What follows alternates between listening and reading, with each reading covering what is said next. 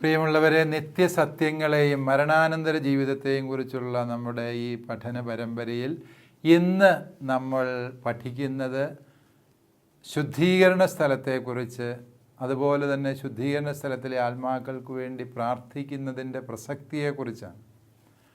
ശുദ്ധീകരണ സ്ഥലം ഉണ്ട് എന്ന് നമുക്കറിയാം. ശുദ്ധീകരണ സ്ഥലം എന്ന് പറയുമ്പോൾ അതൊരു പ്രത്യേക സ്ഥലമാണ് അല്ലയോ എന്നുള്ള ഒരു സംശയം നമ്മുടെ മനസ്സിൽ വരും. ശുദ്ധീകരണം എന്ന വാക്ക് അത്രയും നമ്മൾ മനസ്സിലാക്കിയാൽ മതി എന്നാണ് എനിക്ക് തോന്നുക. നമ്മളെ ദൈവം വിശുദ്ധീകരിക്കുന്ന ഒരു അനുഭവം, അവസ്ഥ നമുക്ക് ഉണ്ട്. അതായത് ചാവുദോഷത്തിലാണ് നാം മരിച്ചത് എങ്കിൽ നാം നരകാഗ്നിക്ക് ഇരയായിത്തീരും.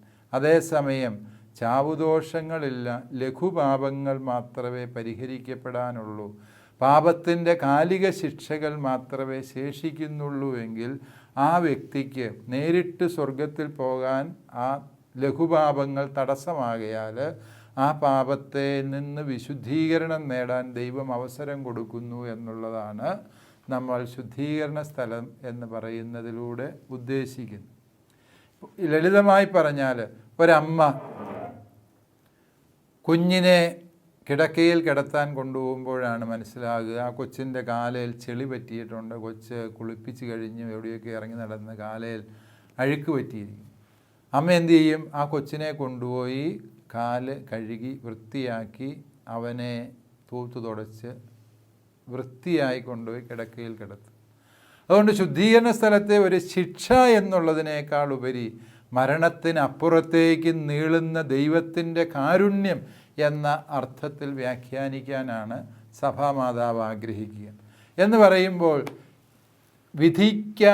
വിധിയാളനായ ദൈവത്തിൻ്റെ മുമ്പിലെത്തുമ്പോൾ, ദൈവത്തിൻ്റെ പരമപരിശുദ്ധിയുടെ മുമ്പിൽ തന്നെ നിർത്തുമ്പോൾ ഒരാത്മാവ് തന്നെക്കുറിച്ച് തന്നെ ഉളവാക്കിയെടുക്കുന്ന അനുഭവമാണ് ഈ ശുദ്ധീകരണത്തിൻ്റെ തുടക്കം എന്ന് പറയുക.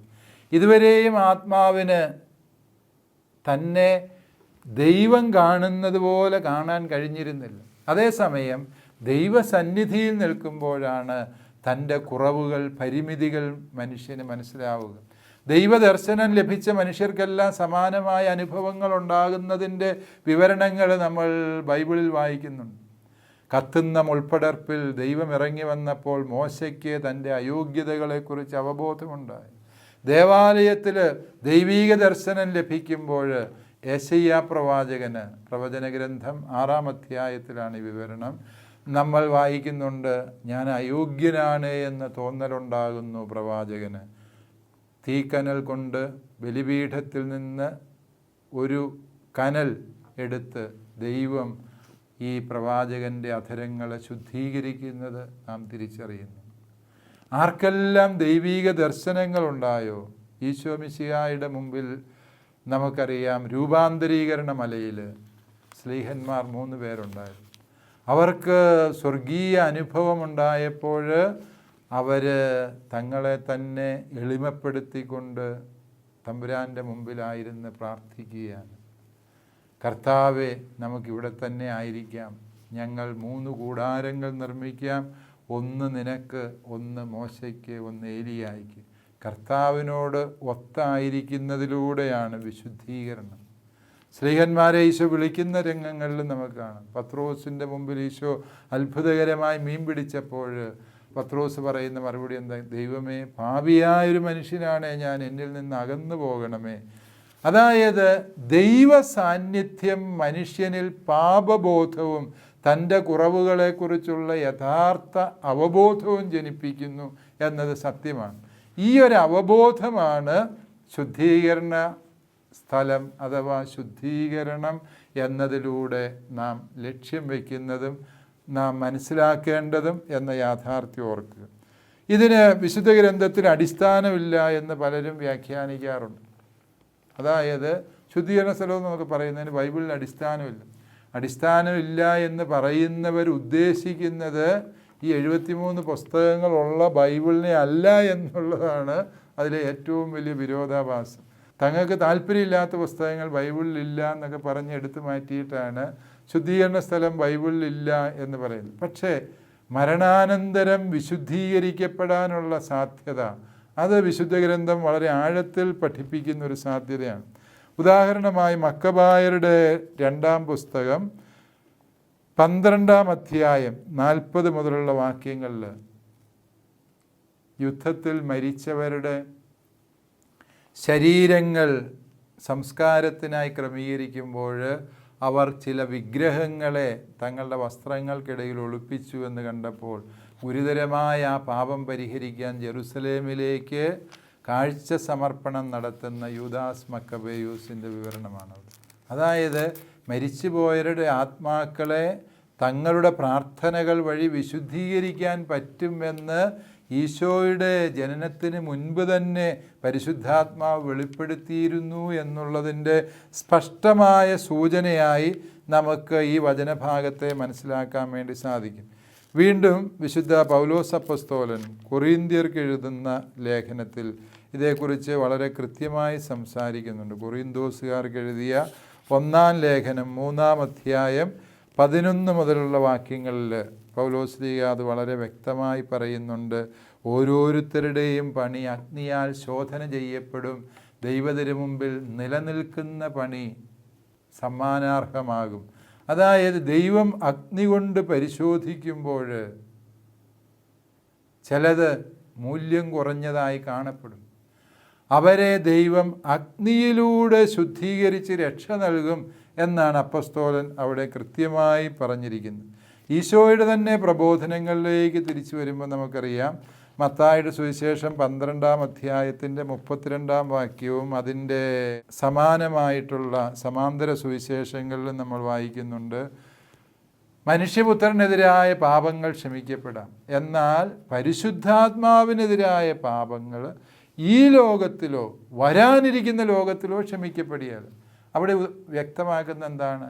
വരാനിരിക്കുന്ന ലോകത്തിൽ ചില പാപങ്ങൾ ക്ഷമിക്കപ്പെടാം എന്ന് ഈശോ വ്യക്തമാക്കുന്നു. അതിനെയാണ് വരാനിരിക്കുന്ന ലോകത്തിൽ ക്ഷമിക്കപ്പെടാൻ സാധ്യതയുള്ള പാപങ്ങളുടെ അവസ്ഥയുണ്ട് എന്നും ആ അവസ്ഥയെ നമ്മൾ ശുദ്ധീകരണ സ്ഥലം എന്ന് വിശേഷിപ്പിക്കുന്നു എന്നും നമ്മൾ മനസ്സിലാക്കിയാൽ മതി. വെളിപാട് പുസ്തകത്തിൻ്റെ 6-ാം അധ്യായം 9-ാം വാക്യത്തിൽ ബലിപീഠത്തിന് കീഴിൽ ആയിരിക്കുന്നവരെക്കുറിച്ചുള്ള ഒരു പരാമർശം.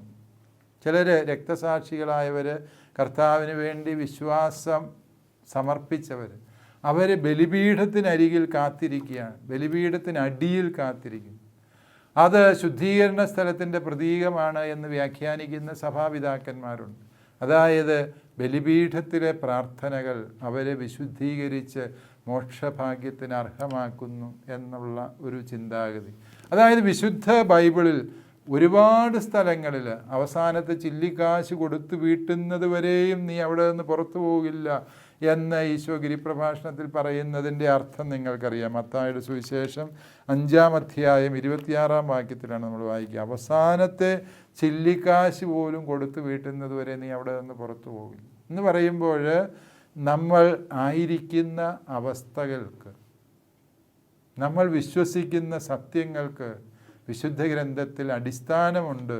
ശുദ്ധീകരണ സ്ഥലം ഒരു സങ്കല്പമല്ല, അത് പരിശുദ്ധാത്മാവ് വെളിപ്പെടുത്തിയ നിത്യസത്യങ്ങളുടെ ഭാഗമാണ് എന്ന് തന്നെ നാം തിരിച്ചറിയുകയും മനസ്സിലാക്കുകയും ചെയ്യണം.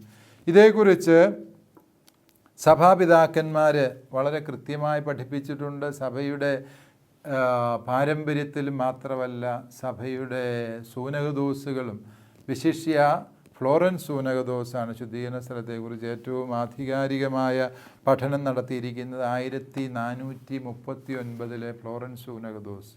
അതുപോലെ തന്നെ നമ്മൾ ഈ എല്ലാ നിത്യസത്യങ്ങളെയും കുറിച്ച് പഠിപ്പിച്ചപ്പോൾ മനസ്സിലാക്കിയ ഒരു പ്രബോധന രേഖയാണ് ബെനഡിക്തൂസ് ദെയി എന്ന് പറയുന്ന പ്രബോധന രേഖ. ഈ പ്രബോധന രേഖയിൽ നിത്യശിക്ഷയെക്കുറിച്ച് വളരെ കൃത്യമായി പഠിപ്പിക്കുന്നുണ്ട്. ശുദ്ധീകരണ സ്ഥലത്തെക്കുറിച്ചുള്ള കൃത്യമായ വീക്ഷണങ്ങളുണ്ട് എന്ന് നമുക്കറിയാവുന്നതാണ്.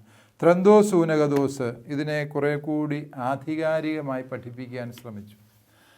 ഒരുപക്ഷെ പാശ്ചാത്യ സഭയിൽ ത്രന്തോസ് സൂനകദോസ് വരെ ശുദ്ധീകരണ സ്ഥലം എന്നതും ഈ ശുദ്ധീകരണ സ്ഥലത്തിലെ അഗ്നിയെക്കുറിച്ചുമുള്ള പരാമർശങ്ങൾക്ക് കൂടുതൽ പ്രാധാന്യം ഉണ്ടായിരുന്നു.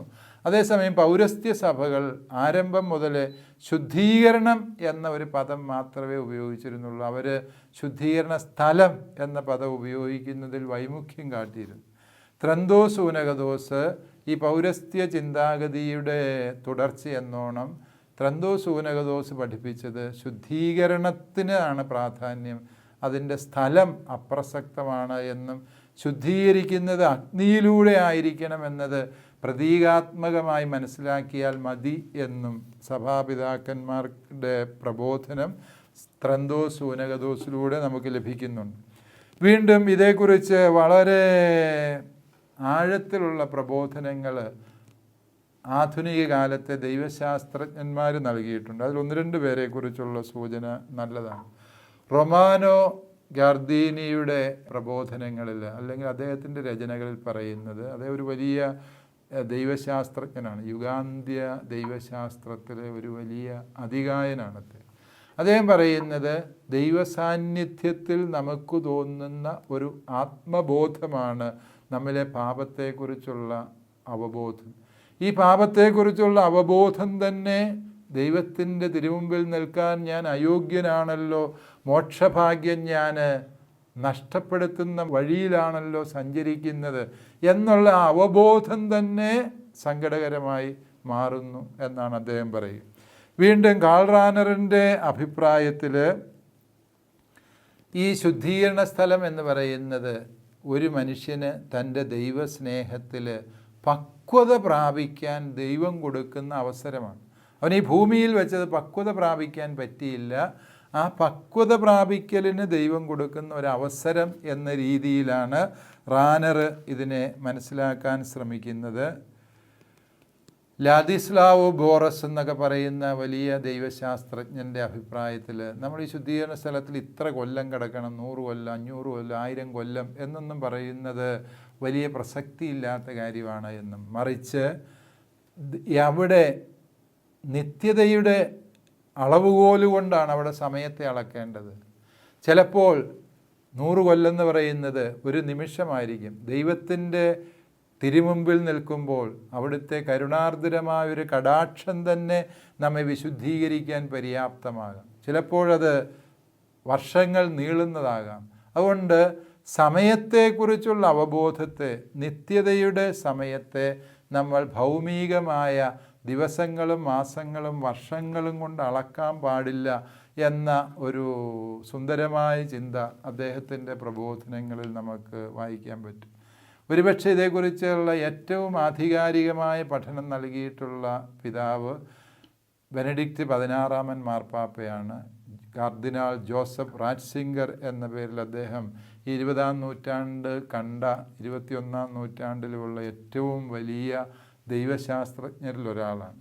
അദ്ദേഹം ഇതിനെക്കുറിച്ച് പറയുന്നത് ഇതാണ്: ശുദ്ധീകരണ സ്ഥലം എന്ന് പറയുന്നത് ദൈവ തിരുമുമ്പിലും തിരുസഭയ്ക്ക് മുമ്പിലും ഒരു വ്യക്തി നിർത്തപ്പെടുകയാണ്.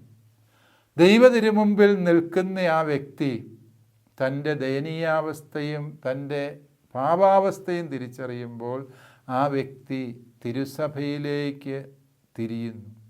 തിരുസഭയ്ക്ക് മാത്രമേ ഇനി ആ വ്യക്തിയെ പ്രാർത്ഥന കൊണ്ട് സഹായിക്കാൻ സാധിക്കുകയുള്ളൂ എന്ന് ആ വ്യക്തി മനസ്സിലാക്കുകയും ചെയ്യും. അപ്രകാരമുള്ള ശുദ്ധീകരണ സ്ഥലത്തെക്കുറിച്ച് അതുകൊണ്ട് റാറ്റ്സിംഗർ പിതാവിൻ്റേതാണ് ഏറ്റവും സുന്ദരമായ ഒരു വീക്ഷണമായി എനിക്ക് തോന്നിയത്.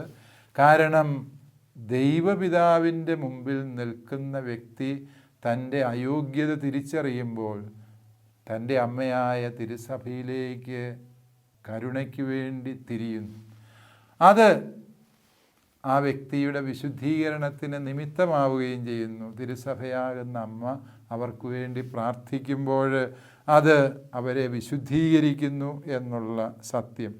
ഇവിടെ ഈ ശുദ്ധീകരണ സ്ഥലത്തിൽ മനുഷ്യനെയിട്ട് തീരിട്ട് കത്തിക്കുകയാണ് എന്നൊക്കെ പറയുന്നത് പ്രതീകാത്മകമായ സഹനത്തെക്കുറിച്ചുള്ള സൂചനയാണ്. ശുദ്ധീകരണ സ്ഥലത്തിലെ അഗ്നിയും നരകത്തിലെ അഗ്നിയും ഒരുപോലത്തെ അഗ്നിയല്ല. നരകത്തിലെ അഗ്നി എന്ന് പറയുന്നത് നശിപ്പിക്കുന്ന അഗ്നിയാണ് എങ്കിൽ ശുദ്ധീകരണ സ്ഥലത്തിലെ അഗ്നി എന്ന് പറയുന്നത് ശുദ്ധീകരിക്കുന്ന അഗ്നിയാണ്. ഹെബ്രായ ലേഖനത്തിൻ്റെ 12-ാം അധ്യായം 29-ാം വചനത്തിൽ നമ്മളിങ്ങനെ വായിക്കുന്നുണ്ട്: നമ്മുടെ ദൈവം ശുദ്ധീകരിക്കുന്ന അഗ്നിയാണ്. ദൈവം ദഹിപ്പിക്കുന്ന അഗ്നിയാണ്. അപ്പോൾ ശുദ്ധീകരണ സ്ഥലത്തിലെ അഗ്നിയെക്കുറിച്ച് പറയുമ്പോൾ അത് ദൈവ സാന്നിധ്യത്തിൻ്റെ തീവ്രമായ തീക്ഷ്ണമായ അനുഭവം എന്ന അർത്ഥത്തിൽ തന്നെ അതിനെ മനസ്സിലാക്കണം. ദൈവസ്നേഹത്തിന് വേണ്ടിയുള്ള അദമ്യമായ ആത്മാവിൻ്റെ ദാഹമായിട്ട് ആ അവസ്ഥയെ മനസ്സിലാക്കുന്നതായിരിക്കും കൂടുതൽ ശരി. അല്പം കൂടി ലളിതമായി പറഞ്ഞാൽ, ഒരു വ്യക്തി ശുദ്ധീകരണ സ്ഥലത്തിൽ അനുഭവിക്കുന്ന സഹനം എന്ത് എന്ന് ചോദിച്ചാൽ, മനുഷ്യനെ വിശുദ്ധീകരിക്കാൻ കഴിയുന്ന ഒരേ ഒരു സഹനമേ ഈ ഭൂമിയിൽ നമുക്ക് പരിചിതമായിട്ടുള്ളൂ. മനുഷ്യന് രക്ഷ പ്രദാനം ചെയ്യാൻ കഴിയുന്ന ഒരേ ഒരു സഹനം അതേതാണ്? ഈശോ മിശിഹായുടെ കുരിശിലെ ബലിയുടെ സഹനം. കുരിശേ കിടന്ന ഈശോ മിശിഹായ്ക്ക് വേദന ഉണ്ടായിരുന്നു എന്ന് ചോദിച്ചാൽ തീർച്ചയായും അവൻ്റെ അടിമുതൽ മുടി വരെയും ഓരോ കോശങ്ങളും വേദന അനുഭവിക്കുകയായിരുന്നു കുരിശിൽ പിടയുമ്പോൾ. പക്ഷേ ആ വേദനയിലൂടെ കർത്താവ് ലോകത്തിൻ്റെ മുഴുവനും രക്ഷയും പാപമോചനവും സാധ്യമാക്കിയെങ്കിൽ നമുക്ക് മനസ്സിലാക്കാൻ സാധിക്കും, ശുദ്ധീകരാത്മാക്കൾ അനുഭവിക്കുന്ന വേദന എന്ന് പറയുന്നത് ക്രൂശിതനായ കർത്താവിൻ്റെ വേദനയോട് താതാത്മ്യപ്പെടുന്ന ഒരു വേദനയാണ്. അതുകൊണ്ട് തന്നെ ശുദ്ധീകരാത്മാക്കൾ കടന്നു പോകുന്ന വേദനയുടെ അനുഭവം ഏറ്റവും തീക്ഷ്ണവും തീവ്രവുമാണ്. അത് അസഹ്യമായ വേദനയാണ്. പക്ഷേ ആ വേദന ഈശോ മിശിഹായുടെ കുരിശിനോട് ചേർന്ന് അനുഭവിക്കുന്ന വേദന എന്ന രീതിയിൽ അതിനെ നമ്മൾ മനസ്സിലാക്കിയെടുക്കണം. കാരണം തീക്കകത്തിട്ട് കത്തിക്കുക, പൊള്ളിക്കുക, ചട്ടുകം വെച്ച് പഴുപ്പിച്ച് പൊള്ളിക്കുക, ഇങ്ങനെയുള്ള പ്രാകൃതമായ സങ്കല്പങ്ങൾക്കുപരിയായി ശുദ്ധീകരാത്മാക്കളെ വിശുദ്ധീകരിക്കുന്നത് ഈശോ മിശിഹായുടെ കുരിശിലെ ബലിയുടെ സഹനങ്ങളുടെ യോഗ്യത തന്നെയാണ് എന്ന് നമ്മൾ ചിന്തിക്കുമ്പോഴാണ് മരിച്ചവർക്ക് വേണ്ടി പ്രാർത്ഥിക്കുന്നതിൻ്റെ അർത്ഥമെന്ത് എന്ന് നമുക്ക് വ്യക്തമാകും. പൗരസ്ത്യ സഭകൾ ശുദ്ധീകരണ സ്ഥലത്തെ വിശേഷിപ്പിക്കാൻ വേണ്ടി ഉപയോഗിക്കുന്ന സുന്ദരമായൊരു പദമുണ്ട്, ബെസ്പുർക്കാന എന്ന് പറയും. ബെസ് എന്ന് പറഞ്ഞാൽ ഭവനം, പാറോക്ക എന്ന് പറയുന്നത് രക്ഷകനെ സൂചിപ്പിക്കുന്നത്. അതായത് രക്ഷയുടെ ഭവനം എന്നാണ് വാസ്തവത്തിൽ ശുദ്ധീകരണ സ്ഥലത്തെ വിശേഷിപ്പിക്കുന്നത്. അതായത് അവിടെയുള്ളവരെല്ലാം രക്ഷിക്കപ്പെടാനുള്ളവരാണ്. നമുക്കറിയാം, എല്ലാ ശുദ്ധീകരാത്മാക്കളും ഈശോയുടെ രണ്ടാം വരവിൽ മോക്ഷത്തിലെത്തും എന്ന് നമ്മൾ ഉറച്ചു വിശ്വസിക്കുന്നു. എന്നാൽ രണ്ടാം വരവിന് മുമ്പായി ശുദ്ധീകരാത്മാക്കളെ മോക്ഷത്തിലെത്തിക്കാൻ നമ്മുടെ പ്രാർത്ഥനകൾക്ക്, പരിത്യാഗങ്ങൾക്ക് സാധിക്കും എന്നുള്ള സത്യം നാം തിരിച്ചറിയണം. പുണ്യവാന്മാരുടെ ഐക്യം എന്ന് നാം പറയുന്നത് അതുകൊണ്ടാണ്. സ്വർഗത്തിലെ വിജയസഭയിലെ വിശുദ്ധാത്മാക്കൾ ഈ ഭൂമിയിലെ സമരസഭയിൽ ജീവിക്കുന്നവരായ നമ്മൾ, ശുദ്ധീകരണ സ്ഥലത്തിലെ സഹനസഭയിലെ അംഗങ്ങളായവർ, അവരെല്ലാവരും കൂടി ചേർന്നതാണ് ഏകവും പരിശുദ്ധവും ശ്ലൈഹികവും സാർവത്രികവുമായ തിരുസഭ. അഥവാ ക്രിസ്തുവിൻ്റെ ശരീരമാകുന്ന സഭയിൽ ശുദ്ധീകരാത്മാക്കളും അംഗങ്ങളാണ് എന്ന സത്യം നാം മനസ്സിലാക്കും. സ്വർഗത്തിലെ വിശുദ്ധരും ഈ ഭൂമിയിലെ മനുഷ്യരും ശുദ്ധീകരണ സ്ഥലത്തിലെ സഹിക്കുന്ന ആത്മാക്കളും ചേർന്നതാണ് പരിശുദ്ധ സഭ. അതുകൊണ്ട് തന്നെ ഒരവയവം വേദനിക്കുമ്പോൾ മറ്റെല്ലാ അവയവങ്ങളും ഈ വേദനിക്കുന്ന അവയവത്തെ പിന്തുണയ്ക്കുന്നു എന്ന് ശ്ലീഹ കൊരിന്ത്യർക്കുള്ള 1-ാം ലേഖനം 12-ാം അധ്യായത്തിൽ സഭ ക്രിസ്തുവിൻ്റെ ശരീരം എന്ന ആശയം അവതരിപ്പിക്കുമ്പോൾ പറയുന്നുണ്ട്. പ്രിയപ്പെട്ടവരെ, നമ്മുടെ ഒരു കൈ ഒടിഞ്ഞാൽ ഇടത് കൈ ആ കൈയെ ശാന്തമായി താങ്ങിപ്പിടിക്കുന്നു, വേദന പരമാവധി ഒഴിവാക്കാൻ തക്ക വിധത്തിൽ ക്രമീകരിക്കുന്നു. കാലുകൾ നടത്തത്തിൻ്റെ വേഗത നിയന്ത്രിക്കുന്നു. ഈ കൈക്ക് ഒരു ഇളക്കവും തട്ടാത്ത വിധത്തിൽ സൂക്ഷിച്ച് കാലുകൾ നമ്മുടെ ശരീരത്തിൻ്റെ ചലനം നിർവഹിക്കുന്നു. ശരീരം ഒന്നാകെ ഈ ഒടിഞ്ഞ കൈയെ എങ്ങനെ ആശ്വസിപ്പിക്കണം, എങ്ങനെ സംരക്ഷിക്കണം എന്ന രീതിയിൽ പ്രവർത്തിച്ചു തുടങ്ങും. വാസ്തവത്തിൽ ഇതുതന്നെയാണ് നമ്മൾ ശുദ്ധീകരാത്മാക്കൾക്ക് വേണ്ടി പ്രാർത്ഥിക്കുമ്പോൾ ചെയ്യുന്നത്. കാരണം നമ്മുടെ സഭാഗാത്രത്തിലെ ഒരവയവം വേദനിക്കുന്നു എന്നറിയുമ്പോൾ നാം നമ്മുടെ എല്ലാ പ്രവർത്തനങ്ങളും പുണ്യങ്ങളും പ്രാർത്ഥനകളും ബലികളും ശുദ്ധീകരാത്മാക്കൾക്ക് വേണ്ടി കാഴ്ചവെച്ച് അവരെ അതിൽ നിന്ന് വീണ്ടെടുത്ത് രക്ഷിക്കാൻ പരിശ്രമിക്കും. എങ്ങനെയാണ് ശുദ്ധീകരാത്മാക്കളെ സഹായിക്കാൻ സാധിക്കുക എന്ന് ചോദിച്ചാൽ, തീർച്ചയായും ഞാൻ പറഞ്ഞല്ലോ, ശുദ്ധീകരണ സ്ഥലത്തിലെ സഹനത്തെ നമുക്ക് ഏതെങ്കിലും അർത്ഥത്തിൽ മനസ്സിലാക്കാൻ പറ്റണമെങ്കിൽ അത് ഈശോയുടെ കുരിശിലെ ബലിയോട് ചേർത്താണ് മനസ്സിലാക്കേണ്ടത്. അതുകൊണ്ട് ശുദ്ധീകരാത്മാക്കളെ രക്ഷിക്കുവാനുള്ള ഏറ്റവും നല്ല മാർഗം എന്ന് പറയുന്നത് അവർക്ക് വേണ്ടി പരിശുദ്ധ കുർബാന അർപ്പിച്ച് പ്രാർത്ഥിക്കുക, പരിശുദ്ധ കുർബാന സമർപ്പിച്ച് പ്രാർത്ഥിക്കുക എന്നുള്ളത്. ഇവിടെ പലരും ചോദിക്കാറുണ്ട്, ഈ കുർബാന ധർമ്മം ആണോ വാസ്തവത്തിൽ ശുദ്ധീകരാത്മാക്കൾക്ക് സഹായകമാകുന്നത്?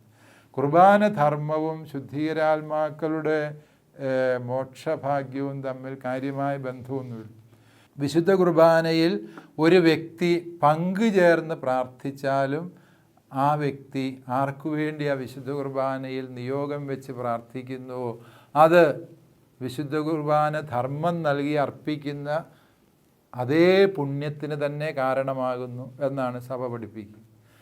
ഇനി വിശുദ്ധ കുർബാന ധർമ്മം എന്ന് പറയുന്നത് വിശുദ്ധ കുർബാനയ്ക്കുള്ള വിലയല്ല.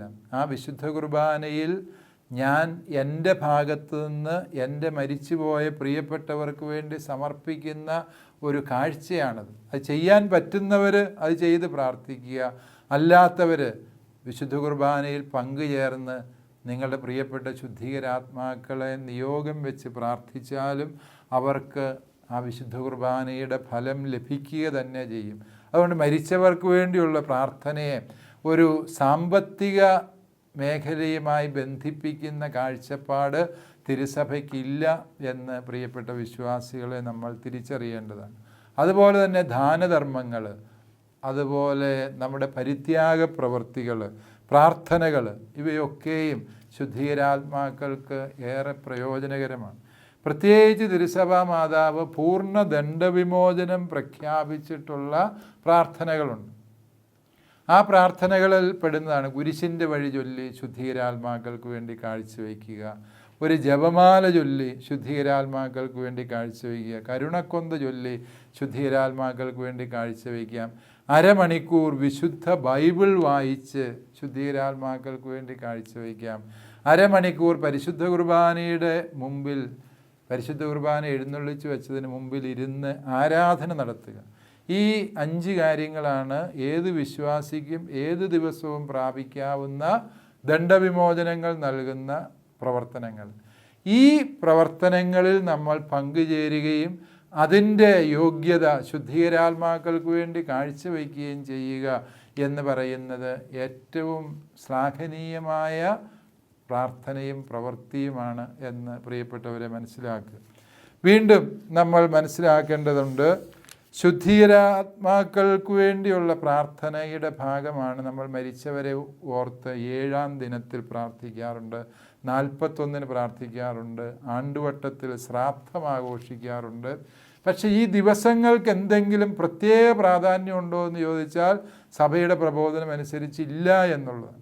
മറിച്ച് നമ്മുടെ നാട്ടിലെ അക്രൈസ്തവരുടെ ഇടയിലെ ചില പാരമ്പര്യങ്ങൾ നമ്മളും അനുവർത്തിക്കുന്നു എന്ന് മാത്രമേ ഉള്ളൂ. നമുക്ക് വേണമെങ്കിൽ മരിച്ചതിൻ്റെ പിറ്റേ ദിവസവും നടത്താം, 5-ാം ദിവസം നടത്താം, 10-ാം ദിവസം നടത്താം, 50-ാം ദിവസം നടത്താം, ഒരു പ്രതിസന്ധിയില്ല. 40-ാം ദിനത്തിൽ ഈശോ മിശിഹ സ്വർഗത്തിലേക്ക് കയറിയതിനെ അനുസ്മരിച്ചുകൊണ്ട് നമ്മൾ 41 നടത്തുന്നു എന്നൊരു പാരമ്പര്യമുണ്ട്.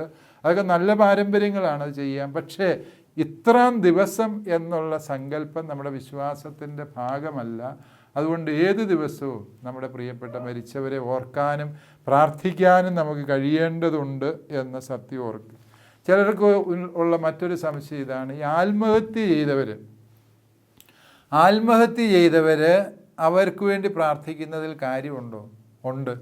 അവർ നമ്മുടെ പ്രാർത്ഥന പ്രത്യേകമായി അർഹിക്കുന്നു. കാരണം അവർ അത്രമേൽ വലിയ അവിവേകം ജീവിതത്തിൽ പ്രവർത്തിച്ചവരായതുകൊണ്ട്. ആത്മഹത്യ ചെയ്തവരെല്ലാം നരകത്തിൽ പോയി എന്ന് സഭ പഠിപ്പിച്ചിട്ടില്ല എന്നുള്ളതിനാൽ ഏത് പാപാവസ്ഥയിൽ മരിക്കുന്നവരുടെയും രക്ഷയ്ക്ക് വേണ്ടി നമുക്ക് പ്രാർത്ഥിക്കാൻ പറ്റും എന്ന സത്യം പ്രിയപ്പെട്ടവരെ മനസ്സിലാക്കുക.